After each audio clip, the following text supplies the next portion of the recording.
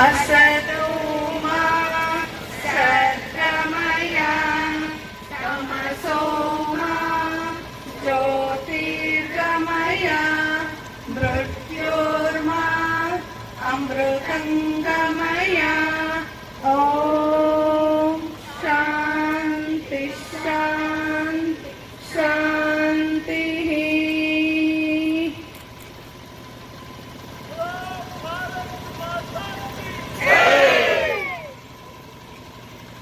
बोलो भारत माता की वंदे वंदे वंदे।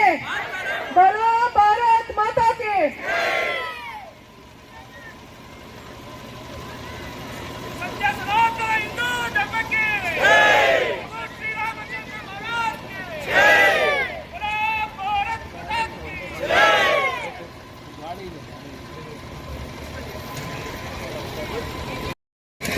ನಾವು ಹೇಗೆ ಆಚರಿಸಬೇಕು ಅನ್ನೋದು ಕೂಡ ಒಂದು ನಿಶ್ಚಯವನ್ನು ಮಾಡಬೇಕಾಗಿದೆ.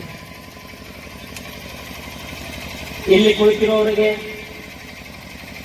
ಈ ಅರಸೀಕೆರೆಯಲ್ಲಿ ವಾಸ ಮಾಡತಕ್ಕಂಥ ಪ್ರತಿಯೊಬ್ಬ ಹಿಂದುವಿಗೂ, ಹಿಂದೂ ಸಮಾಜದ ಇಂದಿನ ಸಮಸ್ಯೆಗಳು, ಆಗುಹೋಗುಗಳು ಪ್ರತಿಯೊಂದು ಗೊತ್ತಿದ್ರೂ ಕೂಡ ನಾವು ಸಮಾಜೋತ್ಸವದಲ್ಲಿ ಹೇಗೆ ಭಾಗವಹಿಸಿದ್ದೇವೆ ಅನ್ನುವಂಥ ವಿಷಯವನ್ನ ಇಟ್ಟುಕೊಂಡು ನಾವು ಮುಂದೆ ನಮ್ಮ ಚಟುವಟಿಕೆಯನ್ನು ಮುಂದುವರಿಸಬೇಕಾಗಿದೆ.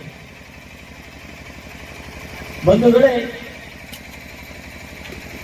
ಒಂದು ಸಮಯ ಇತ್ತು, ಇದೇ ತರಹದ ಒಂದು ಸಭೆಯಲ್ಲಿ ಒಬ್ಬ ವ್ಯಕ್ತಿ ಹಿಂದುತ್ವದ ಬಗ್ಗೆ ಮಾತಾಡಿ ಈ ದೇಶ ಹಿಂದೂ ರಾಷ್ಟ್ರ ಅಂತ ಹೇಳಿದಂತ ಸಮಯದಲ್ಲಿ ಆ ಸಭೆಗೆ ಬಂದಂತ ನೀವು ಹೇಗೆ ಕುಳಿತಿದ್ದೀರಿ ಅದೇ ರೀತಿ ಕುಳಿತಿರ್ತಕ್ಕಂಥ ಪ್ರೇಕ್ಷಕರಿಂದ ಧ್ವನಿ ಬಂತು, ಯಾರೇ ಹಿಂದೂ ರಾಷ್ಟ್ರ ಅಂತ ಹೇಳ್ತಾರೆ ಅಂತ ಹೇಳಿ.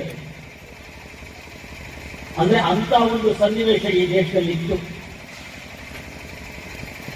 ಹಿಂದೂ ಅಂತ ಹೇಳಿದ್ರೆ ಅವನು ಸಂಘಟಿತನಾಗಲ್ಲ, ಹಿಂದೂ ಅಂದ್ರೆ ಅವನು ಒಟ್ಟುಗೂಡಲ್ಲ, ಹಿಂದೂ ಅಂದ್ರೆ ಅವನು ಸ್ವಾಭಿಮಾನಿ ಅಲ್ಲ, ಹಿಂದೂ ಅಂದ್ರೆ ಅವನು ಎತ್ತಿ ನಿಲ್ಲೋನಲ್ಲ, ಈ ರೀತಿಯ ಒಂದು ಭಾವನೆ ಇದ್ದಂತ ಸಂದರ್ಭ. ಅದಕ್ಕೆ ಕಾರಣವೂ ಉಂಟು. 1000 ವರ್ಷಗಳ ಕಾಲ ಯಾವ ಒಂದು ಭವ್ಯ ಇತಿಹಾಸ ಈ ಹಿಂದೂ ಸಮಾಜ ಹೊಂದಿತ್ತು, ಈ ಹಿಂದೂ ದೇಶ ಹೊಂದಿತ್ತು, ಸಂಪೂರ್ಣ ನಿರ್ನಾಮ ಆಗಿ ಒಂದು ತಿದ್ದುಪಡಿ. ಯಾಕಂದ್ರೆ ಇದನ್ನು ನಮ್ಮೆಲ್ಲ ಇತಿಹಾಸ ಪುಸ್ತಕಗಳು ಹೇಳಿದೆ. 1000 धर्म की, समस्त हिंदू धर्म की, भारत माता की, झांसी रानी की, कित्तूर ಚೆನ್ನಮ್ಮ की, ಹೊರಗೆ ಓಬವ್ವ की, भारत माता की, भगत सिंह की, चंद्रशेखर आजाद की, सुभाष चंद्र बोस की, भारत माता की, राणा प्रताप सिंह की, गुरु गोविंद सिंह की, छत्रपति शिवाजी महाराज की, स्वामी विवेकानंद की, भारत माता की, डॉक्टर बी.आर. अम्बेडकर की, नेताजी सुभाष चंद्र बोस की, वीर सावरकर की, भारत माता की, अखंड भारत की, विशाल भारत की, समृद्ध भारत की, समृद्ध भारत की, बोलो भारत माता की।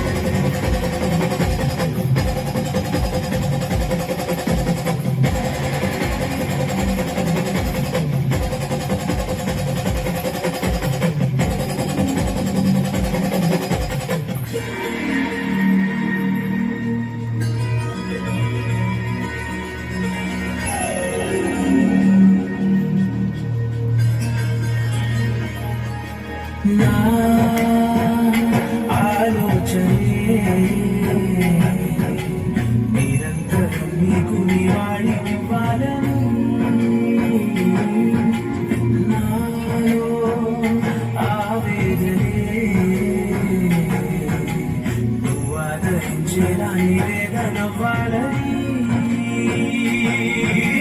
దేహమునే కోవెలలా నిండుకొనుంచా జీవముతో భావముతో సేవలు చేశా ప్రతి ఋతువు నీవని ఎంచా సతతము నీ స్మరణే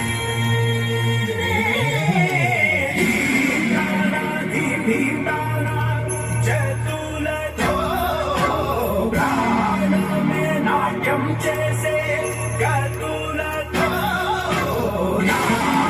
నామశతముల నతులతో నాపైన నీ చూపు ఆపేలా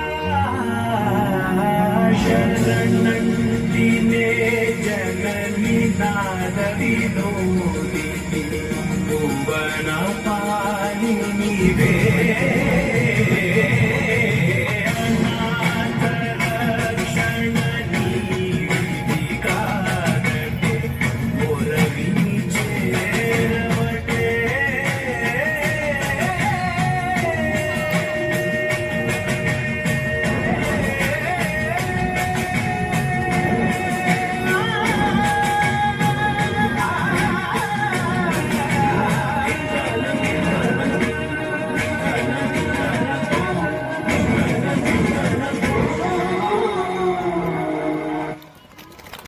ಅಂದರೆ ನನ್ನ ಮಾತುಗಳು ಏನೂ ಇಲ್ಲ ಹೇಳಲಿಕ್ಕೆ ಅಷ್ಟು ಮಟ್ಟಿಗೆ ಎಲ್ಲ ವಿಚಾರಗಳನ್ನು ಹೇಳಲು ಕೇಶವನಿಗೆ ಧನ್ಯವಾದಗಳನ್ನು ಹೇಳ್ತೀನಿ.